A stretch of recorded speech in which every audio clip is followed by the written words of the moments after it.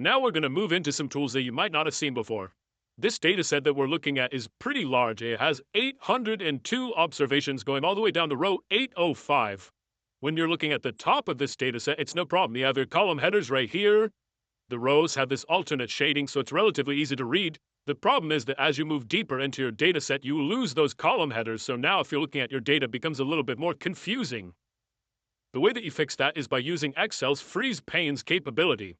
If I hit Alt-W for the View tab, you'll see this Freeze Panes option. If you hit F, there are three different alternatives: Freeze Panes, Freeze Top Row, and Freeze First Column.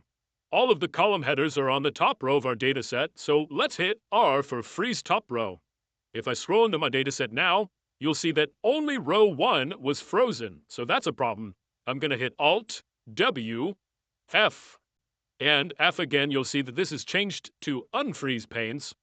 Now I want to make sure that that column header row is my first row, so I'm going to move down 1, down 2. Now, if I hit Alt, W, F, and then R for Freeze Top Row, my column headers stay with me as I scroll down into my data. Here, I've transposed some of this data into a horizontal format. If you're looking at a wide data set like this, you have the same problem. Now your row headers are gone. Excel has a similar tool. If you hit Alt, W, F, and C for Freeze First Column, you'll see that we have the same problem. It freezes that column A because it was the first visible column in our worksheet. I'm going to hit Alt, W, F, and F to unfreeze panes. Now I'm going to make sure that column C with my row headers is my first column, and then I'll hit Alt, W, F, C to freeze the first column. And now I can scroll into my data, and I can still see my row headers. Here I've made a monster dataset by copying and pasting a bunch of information from our previous dataset. So now we have a dataset that is both very wide and also very long. So when we're looking into this, we're going to lose both our column headers and our row headers. The solution for this is to hit Alt and then W, F for freeze panes, and then this first option, freeze panes. Now what's important here is that wherever my cell cursor is right here, it's going to freeze panes, starting with the column to the left of my cursor. So right now my cursor is in D4, so it will freeze column C. And it will freeze the row above my cursor. My cursor's right now in row 4, so it will freeze row 3.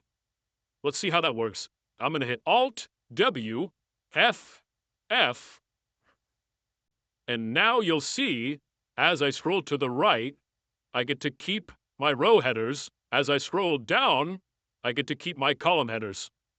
So this is a super useful way to look at a large data set like this, really the only way practically of working in something that's this big. Now let's return quickly to this horizontal data set and our vertical data set. I'm going to hit Alt, W, F, and F to unfreeze. And I'm going to show you why I never really use the freeze first column or freeze top row option. See, it's not really necessary. So here, I only want to freeze this column C, right? Well, in order to use this freeze first column option, I have to do something weird, like I have to move over here.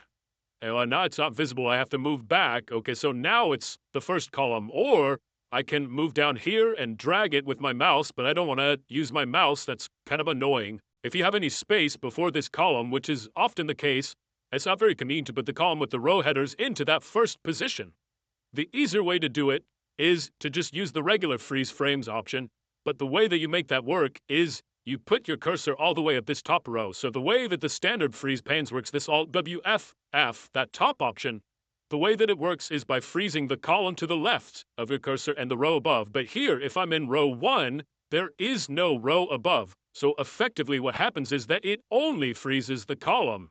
I'm going to put my cursor in row D and then Alt W F F to freeze panes. Now, my row headers are visible, but I didn't have to do anything inconvenient to put my column with my row headers in the right position. It's just a little bit more accessible.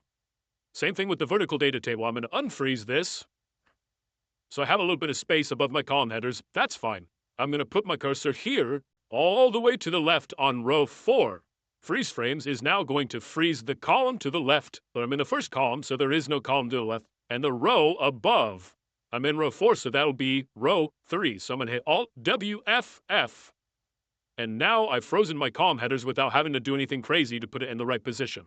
So that's the way that I prefer to freeze frames. There's not really a correct way to do it, but I think that way is a little bit more convenient.